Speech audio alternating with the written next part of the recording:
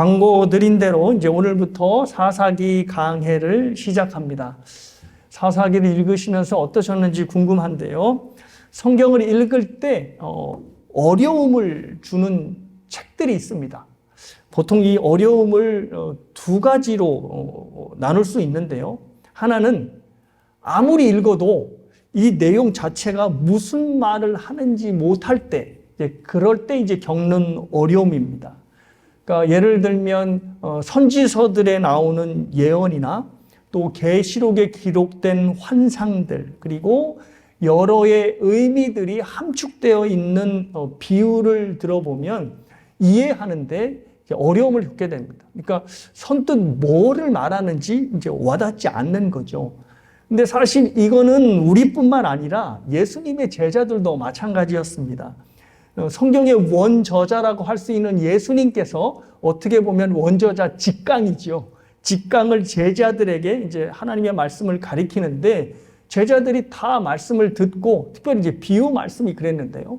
말씀을 다 듣고 나중에 이제 예수님께 와가지고 예수님, 그게 무슨 뜻이었습니까? 라고 묻는 거를 보면 이게 하나님 말씀이 우리만 어려운 게 아니구나 라고 하는 이제 생각을 하게 되는 거죠. 그래서 제자들의 이 모습을 통해서 여러분들이 좀 위로를 받으셨으면 좋겠습니다. 제자들도 이해를 못 하는데 하물며 우리일까 보냐라는 생각으로 성경을 읽는데 조금 더 이제 용기를 내셨으면 좋겠습니다. 자, 그런데 이제 두 번째 어려움이 있습니다. 자, 이 두 번째 어려움은 뭐냐면 사실은 이 두 번째 어려움이 성경 읽기를 포기하게 만드는 궁극적인 원인이라고 생각을 하는데요. 본문을 읽어보면 본문이 무슨 말을 하는지 이해가 돼요. 그래서 지금 이런 말을 하고 있구나라는 것을 이해가 되는데 그 내용들이 나랑 무슨 상관이 있는지 전혀 연결되지 않는다는 겁니다. 이게 나랑 무슨 상관이지? 내 신앙생활에 무슨 도움이 되지? 라는 생각에 성경 읽기를 포기하고 싶은 마음이 올라온다는 거죠. 그래서 사실 이 어려움은 이해를 하지 못하는 데서 오는 어려움보다 성경 읽기를 더 힘들게 만드는 어려움이라고 저는 생각합니다. 나이가 참으로 지긋한 어떤 어르신에게 전도를 하는 한 분이 계셨다 합니다. 근데 이분이 이제 뭐라고 나이가 지긋한 전도사님, 지긋한 어르신에게 전도를 이제 하냐면, 다른 거 얘기가 복잡하니까, 어르신, 이제 때가 됐으니까 저랑 함께 교회 좀 가시죠. 라고 얘기를 하면 이분이 이와 같은 말로 한결같이 거절을 하셨다고 합니다. 근데 그분이 어떤 말을 하냐면 이런 말을 하셨다고 해요. 교회 가면 목사님이 맨날 이스라엘이 어떻고 모세가 어떻고 예수님이 어떻고 라고 말을 하는데 그게 대체 나랑 무슨 상관인지 도통 모르겠어. 그래서 교회를 가기 싫어 라고 얘기를 하는 것입니다. 교회 가면 목사님이 나랑 상관없는 이스라엘 그리고 그의 인물들, 그것도 요즘 이야기가 아닌 수천 년 전의 이야기를 하고 있으니 저게 나랑 무슨 상관인가라는 생각이 들면 교회 가기를 꺼려하게 된다는 겁니다. 여러분이 사사기를 읽을 때 바로 이런 생각이 드신다고 저는 생각합니다. 사사기를 사실 읽으면 이해가 안 되는 내용은 없을 거라 생각합니다. 사람들이 등장하고 또 그 사람들이 여러 가지 사건을 일으키는 것을 보면 아이고 그렇구나, 이런 사람들이 이런 일들을 일으켰어 라고 읽기는 하는데 읽고 나서 도대체 이 이야기가 나랑 무슨 상관이야? 이게 내 신앙생활에 무슨 도움이 되지? 라는 생각이 드는 겁니다. 특별히 영화에도 잘 안 나오는 굉장히 잔인한 이야기, 그리고 굉장히 음란한 이야기들을 읽다 보면 이거 내가 성경을 읽고 있는 건지 삼류소설을 읽고 있는 건지 잘 모르겠다라는 생각마저 드는 것입니다. 사사기를 읽다가 아직 그런 마음이 안 드셨다면 기대하십시오. 이제 앞으로 수많은 정말로 가관인 내용들이 이제 사사기 후반부에 계속해서 펼쳐집니다. 바로 이 지점이 우리가 사사기에 읽는데 어려움을 주는 포인트가 될 것입니다. 자, 근데 그럴 때마다 여러분이 생각하셔야 할 것이 있습니다. 사사기도 성경 말씀이라는 것입니다. 성경 말씀은 다른 것이 아니라 하나님이 우리에게 주신 말씀입니다. 따라서 그 안에는 하나님의 백성들의 마음을 따뜻하게 하는 감동적인 이야기도 있지만 인간의 실체가 무엇인가를 적나라하게 드러내는 끔찍한 이야기들도 가득합니다. 즉 본받아야 할 진면 교사의 내용들도 있지만 본받지 말아야 할 반면 교사의 내용들도 분명히 성경 안에 있다는 것입니다. 성경이 신자들에게 어떤 유익을 주는지를 말하는 디모데후서 이제 3장 15절에서 17절을 보면 이것이 더욱더 분명해집니다. 제가 읽어드리면요.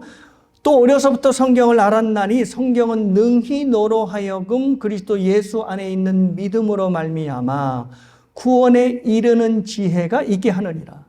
모든 성경은 하나님의 감동으로 된 것으로 교훈과 책망과 바르게 함과 의로 교육하기에 유익하니 이는 하나님의 사람으로 온전하게 하며 모든 선한 일을 행할 능력을 갖추게 하려 함이라. 여기서 당시 사도 바울이 딱 지목해서 말한 성경은 구약 성경입니다. 왜냐하면 아직 신약 성경이 세상에 나오지 않았을 때니까요. 단면적으로 보면 바울이 지적한 성경은 구약 성경입니다. 그러니까 지금 사도 바울은 구약 성경에, 그러니까 사사기도 이 안에 포함이 되는 거죠. 구약 성경에 구원에 이르게 하는 지혜가 있다라고 이제 이렇게 선포를 하고 있고 그 이유를 교훈과 책망과 바르게 함과 의로 교육하는 유익함이 구약에 있다라는 것입니다. 자, 그런데 여기서 여러분이 책망이라는 단어에 주목하셨으면 좋겠습니다. 책망의 뜻은 꾸짖음을 의미합니다. 그러니까 잘못했을 때 강하게 질책하는 것이 바로 책망이지요. 그러니까 사사기는 여러분이 뭐로 받으시냐면 바로 책망으로 받으셨으면 좋겠습니다. 성경 안에 우리가 납득하지 못할 만큼 끔찍한 이야기들이 많다는 것은 그 내용만큼이나 하나님께서 우리를 책망하신다는 것, 즉 이스라엘을 책망하신다는 것이고 그 이어서 이스라엘의 백성과 연결된 우리를 책망하고 계신다는 의미입니다. 목사님, 이스라엘과 우리가 무슨 관계가 있나요? 관계가 있습니다. 왜냐하면 이스라엘은 그냥 수천 년 전의 이스라엘의 백성이 아니로 바로 구약의 교회입니다. 우리가 사도행전을 읽어서 이미 아시겠지만 사도행전에 구약의 백성들, 이스라엘을 광야 교회라고 이야기를 하지요. 그러니 구약의 모든 백성들이 교회인 것입니다. 따라서 사사기에서 우리의 눈살을 찌푸리게 만드는 모든 내용들은 구약의 교회인 이스라엘이 만든 죄악들이고 그들이 만든 모든 죄악들은 오늘날 교회인 저와 여러분들과 긴밀하게 연결되어 있다는 것을 항상 염두에 두어야 하시는 것입니다. 그런 의미에서 사사기는 우리의 신앙생활을 위하여 반드시 읽어야 되는 말씀입니다. 그러니 읽기가 힘드셔도 이 사사기가 나를 하나님의 온전한 사람으로 만든다라는 것을 기억하시며 끝까지 완주하시기를 주님의 이름으로 축복합니다. 예. 자, 이제 본문으로 들어가 보겠습니다. 사사기는 역사적 사건을 다루고 있는 역사서입니다. 역사서를 읽을 때 중요한 것은 그 시대 배경을 아는 것입니다. 그러니까 모든 역사서를 읽을 때 그렇습니다. 이 시대 배경이 어떠한가를 살펴보는 게 가장 중요한데요. 그런 의미에서 사사기의 시대 배경을 아는 것 중요합니다. 1절을 보시면요. 요수아가 죽은 후에 라고 시작을 합니다. 그러니까 요수아가 죽은 이후가 바로 사사기의 시대 배경이 되는 겁니다. 여러분이 알다시피 사사기 앞에 있는 여호수아서는 여호수아와 출애굽 2세대들이 약속의 땅 가나안을 정복하는 내용들입니다. 여리고성을 시작으로 가나안 땅을 각 지파들이 어떻게 정복하는가를 다루는 것이 바로 여호수아서이죠. 그리고 그 다음인 사사기는 가나안 정복 전쟁을 이끌던 여호수아가 죽고 난 이후를 다루고 있는 것입니다. 자, 이제는 이제 이스라엘이 여호수아가 없이 이제 새 시대를 펼쳐가야 합니다. 새 땅에서 또 또 예전의 인물이 없이 새 시대를 열어가야 하는 것이죠. 자, 그런데 주목할 것은 새로운 시대를 맞이하는 이스라엘에게 여전히 여호수아 때의 과업이 남아 있다는 것입니다. 뭐냐면 아직도 가나안 정복이 남아 있다는 거지요. 1절과 2절 말씀입니다. 여호수아가 죽은 후에 이스라엘 자손이 여호와께 여쭈어 이르되 우리 가운데 누가 먼저 올라가서 가나안 족속과 싸우리이까 여호와께서 이르시되 유다가 올라갈지니라. 보라, 내가 이 땅을 그의 손에 넘겨 주었노라 하시니라. 여호수아 때부터 항상 하는 것이 있었는데요. 여호수아 때부터 뭐냐면 전투에 앞서서 항상 하나님의 뜻을 묻는 것이었습니다. 그리고 하나님의 뜻을 받고 전쟁을 수행하였습니다. 왜냐하면 가나안 전쟁은 일반적인 전쟁이 아니라 하나님께서 당신의 백성들을 위하여 하나님이 치루시는 구원 전쟁이기 때문에 하나님의 뜻을 전쟁 전에 항상 구해야 했습니다. 자, 그래서 유다 지파는 여호수아가 죽고 없는 이때에 이스라엘 사람들과 모두 다 함께 변함없이 하나님께 전쟁의 여부를 물어보았고 하나님은 이 땅을 유다 자손에게 넘겨주었다라고 하는 말씀으로 승낙을 하셨습니다. 그리고 나서 전쟁은 일사천리로 진행되었고 여러분이 읽으신 대로 지파들은 승리를 거두게 됩니다. 4절에서 5절에 가나안 족속과 브리스 족속 10,000명을 죽이고 그들의 왕인 아도니 베색을 죽입니다. 그리고 이어서 예루살렘과 헤브론을 정복하게 되죠. 자, 유다 지파가 이렇게 성공을 하게 되자 다른 지파들도 정복 전쟁을 수행합니다. 그래서 22절에서 26절에서는 요셉 지파가 베델을 정복하고 또 27절에서 34절까지는 므낫세 지파에 이어 에브라임, 스불론, 아셀, 납달리, 단 지파의 정복 이야기가 나오고 있습니다. 자, 이게 이제 여러분이 읽었던 내용이죠. 그런데 이 읽는 이 모든 내용을 보면 뒷맛이 개운치 않습니다. 왜냐하면 당연히 이겨야 할 정복 전쟁이 완전한 승리로 느껴지질 않기 때문입니다.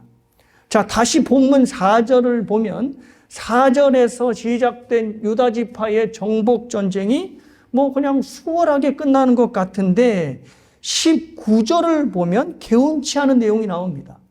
유다 지파가 가나안 거민을 그의 기업에서 대부분 몰아내긴 했지만 끝까지 몰아내지 못한 골짜기 주민들이 있었습니다. 이유인 즉슨 그들에게 철병거가 있었기 때문이라는 겁니다. 자, 화면을 보시면 철병거가 저렇게 생겼다고 유추를 하는데요. 말이 이끄는 철로 된 병거로 화살을 쏘면서 이제 전투를 수행하는 것입니다.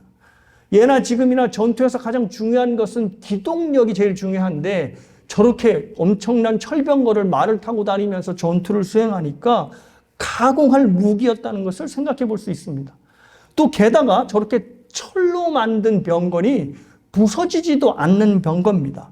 또 본문을 보아하니 이 철병거가 복수 명사로 되어 있습니다. 그러니까 한두 개가 아니라는 거죠. 철병거 부대가 있었다는 겁니다. 그러니까 얼만큼 이 골짜기 주민들이 강한 군사력을 갖고 있었는지 예상할 수 있습니다. 자, 그런데도 찜찜한 거지요. 왜냐하면 말씀드린 대로 가나안 정복 전쟁은 하나님이 전쟁을 하시는 거기 때문에 하나님을 믿고 의지하면 승리는 그냥 따놓은 당상이 되는 겁니다. 뭐 여호수아서의 그 전쟁의 이야기들이 굉장히 많이 나오지 않습니까? 그래서 전쟁을 수행하면 되는 것인데 유다 지파가 철병거 때문에 골짜기 주민들을 쫓아내지 못했다? 이거 선뜻 이해가 안 가는 겁니다. 그리고 27절부터 36절까지는 이제 다른 지파들의 정복 전쟁이 나오는데 그 내용들을 보면 한숨이 더욱더 깊어지게 만듭니다. 보시면 매 절마다 쫓아내지 못함에라고 하는 표현이 계속해서 거의 매 절마다 반복됩니다. 게다가 34절을 보면 단 지파가 그래도 다른 지파들은 거민들을 쫓아내다가 못 쫓아낸 거민들이 있었잖아요. 근데 단 지파는 가나안 거민들을 못 쫓아낸 정도가 아니라 아예 거민들에게 쫓겨나서 산지로 숨어 사는 지경이 되고 말았습니다. 가나안 주민을 쫓아내야 되는데 가나안 주민한테 쫓겨나서 거꾸로 산지에 살고 있는 단지파의 모습을 그려내는 겁니다. 이처럼 1장 전체를 보면 이스라엘이 승리한 것 같지만 자세히 들여다보면 완벽한 승리가 아니라 절반의 승리에 그친 정복전쟁이라는 생각이 드는 것입니다. 도대체 왜 이런 일이 일어났을까요? 여호수아서에서 보았던 압도적인 이스라엘의 승리를 왜 사사기에서는 찾아볼 수 없는 것일까요? 그 이유는 1장의 문을 여는 유다 지파에게서 찾아볼 수 있습니다.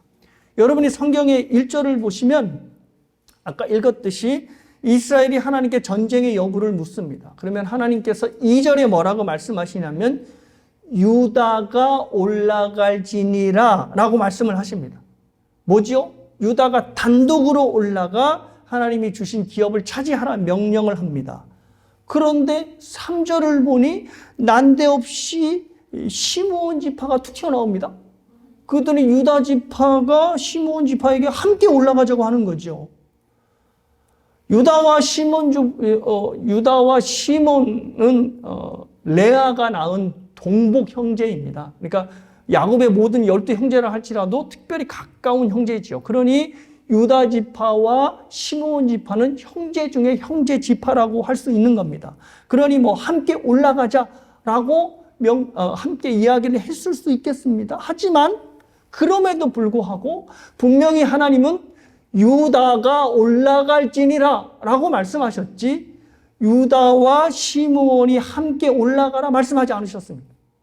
그러니까 지금 유다는 하나님께 절반의 순종을 하고 있는 것입니다. 22절 이하에 나오는 요셉 지파도 마찬가지입니다. 하나님의 명령을 받아 문하니 베델을 접수하는 것 같지만 따지고 들어가 보면 가나안 정복 전쟁에서 가장 중요한 명령을 수행하지 않았습니다. 가나안 정복 전쟁에서 가장 중요한 명령은 가나안 주민을 단 하나도 남겨놓지 않는 것입니다. 그래서 가나안 땅에 가나안의 풍습, 가나안의 우상들을 모두 다 뿌리 뽑는 것입니다.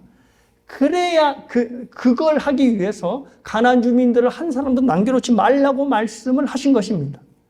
그런데 25절을 보니 뭐가 나오죠?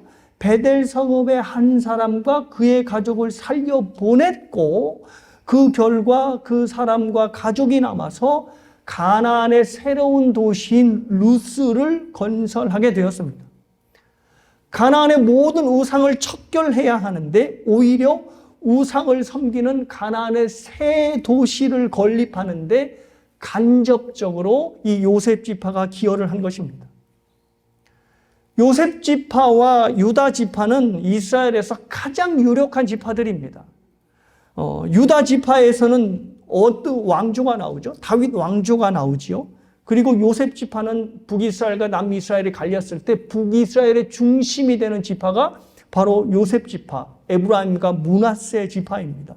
그러니까 이 두 지파가 이스라엘에게 가진 영향력은 엄청나다 할 수 있습니다. 그런데 이렇게 이스라엘을 대표하는 두 지파가 하나님께 절반의 순종을 하고 있으니 다른 지파들은 오죽하겠습니까? 그러니 계속 쫓아내지 못했다 이것들이 반복되며 단지파는 아예 가나안 거민들에게 쫓겨서 골짜기에 숨어 사는 정도가 되었습니다. 이스라엘의 이런 절반의 순종에 이은 절반의 승리는 절대 하나님이 원하시는 결과가 아니었습니다. 하나님은 완전히 말씀드렸듯이 가나안을 몰아내고 하나님을 예배하며 하나님의 법과 식으로 다스리는 하나님의 왕국을 약속의 땅에 세우기를 원하셨습니다.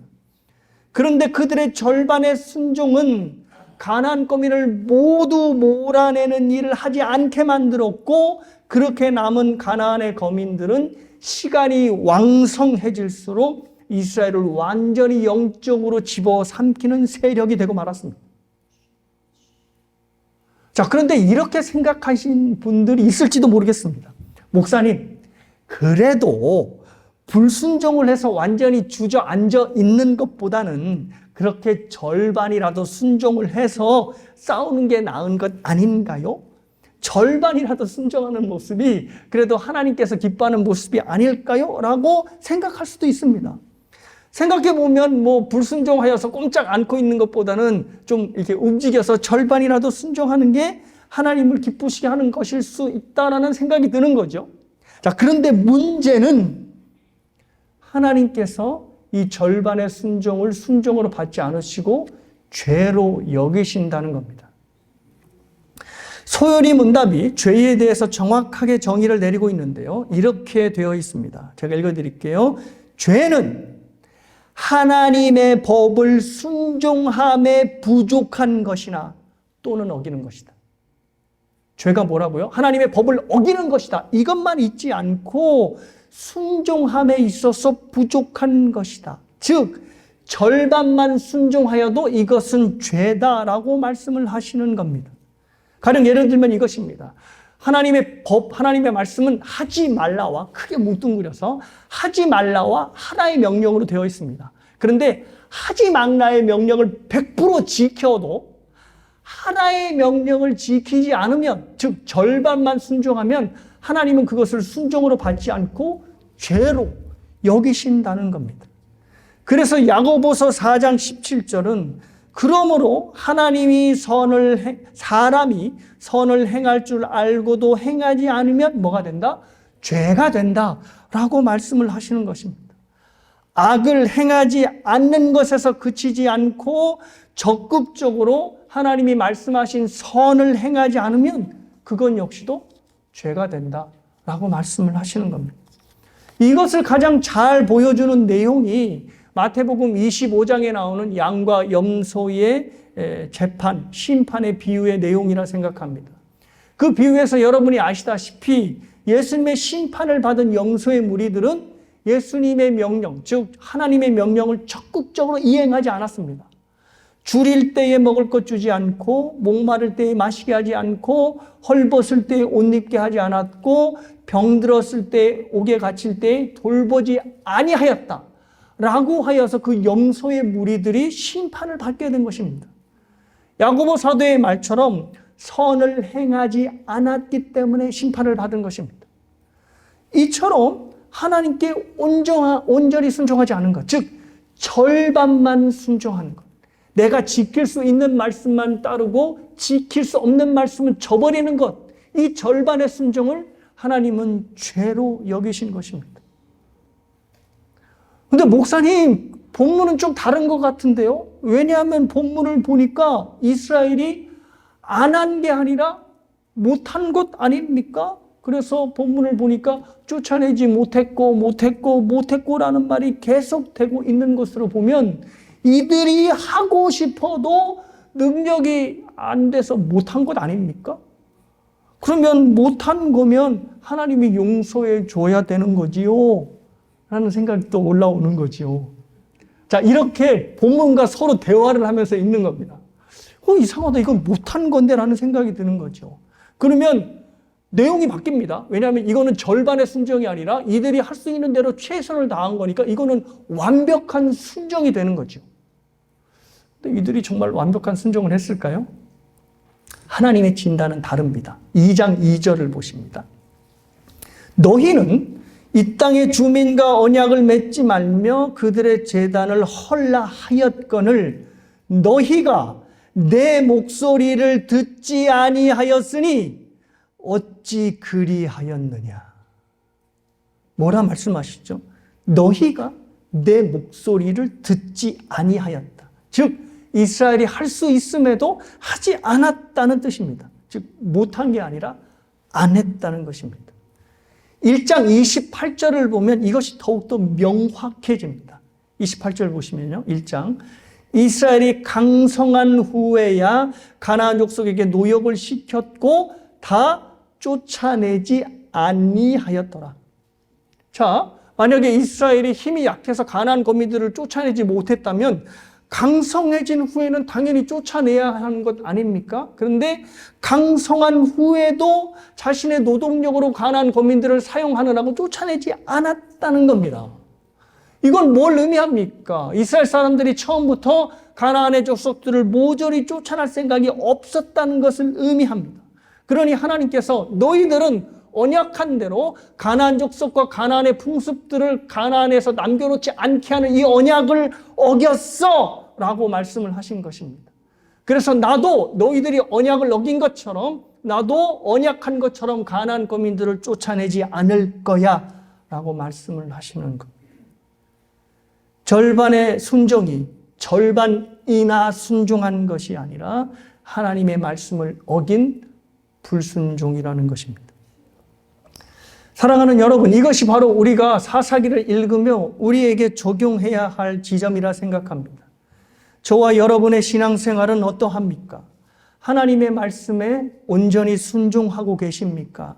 아니면 절반만을 순종하면서 야 그래도 절반이라도 순종하는 게 어디냐라고 하며 만족하고 계십니까?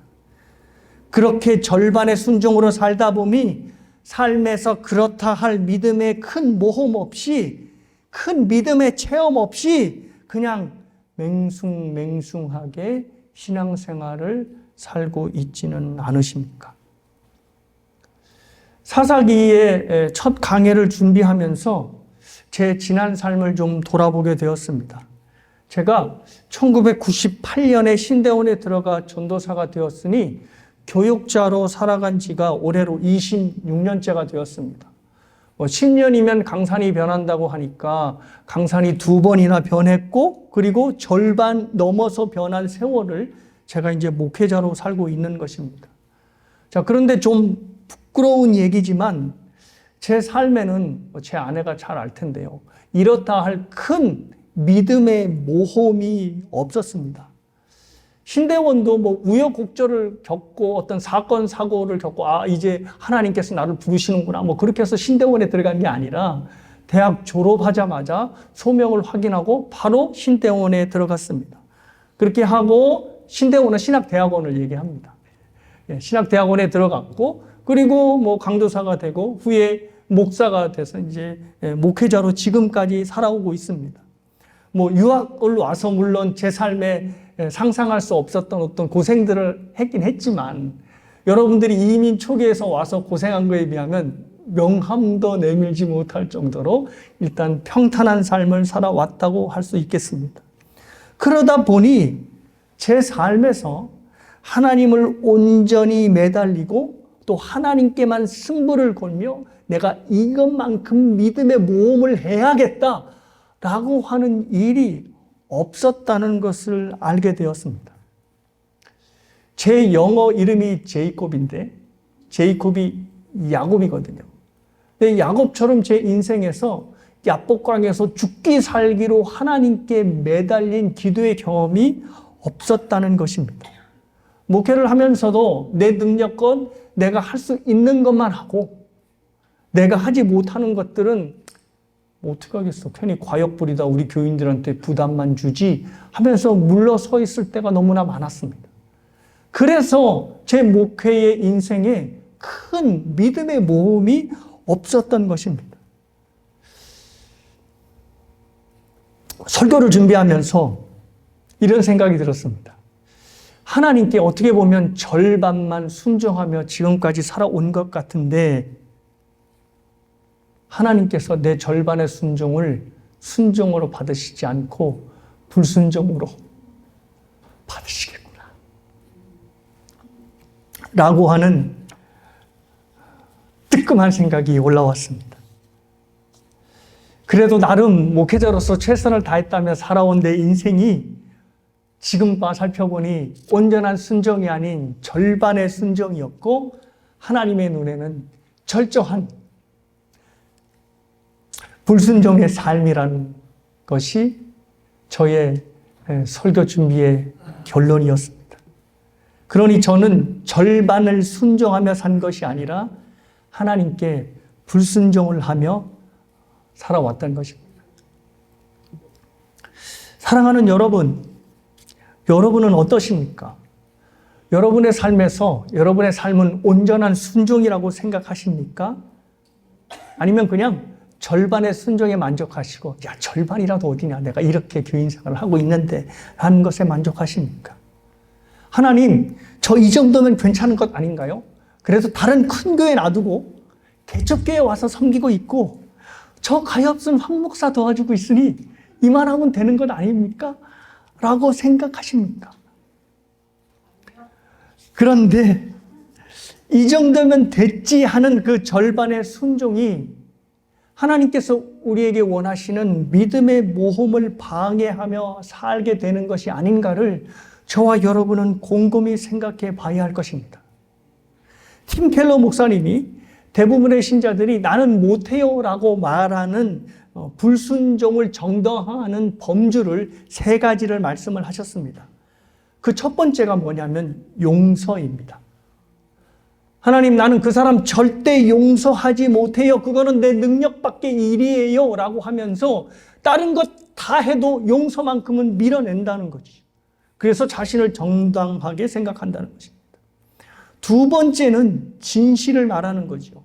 하나님, 제가 저 사람에게 진실을 말했다가는 저 사람이 나에게서 멀어질 것이 뻔합니다. 그러니 저는 진실을 말하지 않겠습니다 라고 생각하며 진실을 말하지 않는 자신을 정당화하게 여긴다는 겁니다. 그리고 3번째는 죄의 유혹에 대한 부분이랍니다. 삶에서 분명히 끊어야 할 죄를 하나님, 저 이것 없이는 못 사는데요, 저 이것 절대로 못 끊습니다 하면서 죄의 유혹을 삶에 남겨놓는다는 것입니다. 이 3가지 영역이 모두 신자들이 못하는 것들이라고 이야기를 하지만 오늘 본문을 보면 못하는 것이 아니라 안 하는 것임을 하나님께서 우리에게 지적하고 있는 것입니다. 마치 유다 지파가 철병거가 있어서 내가 저들을 쫓아내지 못해 라고 생각하는 것처럼 그들 자신을 위하여, 그리고 우리 자신을 위하여 지키지 못할 말씀을 안 지킴으로 그냥 하나님께 나아간다는 것이죠. 사랑하는 여러분, 절반의 순종에 만족하지 않기를 바랍니다. 그리고 절반의 승리에도 기뻐하지 않으셨으면 좋겠습니다. 도저히 안 될 것 같은 말씀을 붙들고 하나님이 함께 하시면 능치 못할 일이 없습니다 라고 하면서 신앙적 모험을 해 나가시는 저와 여러분이 되시기를 바랍니다. 그렇다면 하나님께서 상상할 수 없는 복을 우리에게 부어주실 것입니다. 무엇이 증명하냐고요? 바로 예수님의 삶이 그걸 증명합니다. 예수님은 이 땅에서 온전한 순종을 하셨습니다.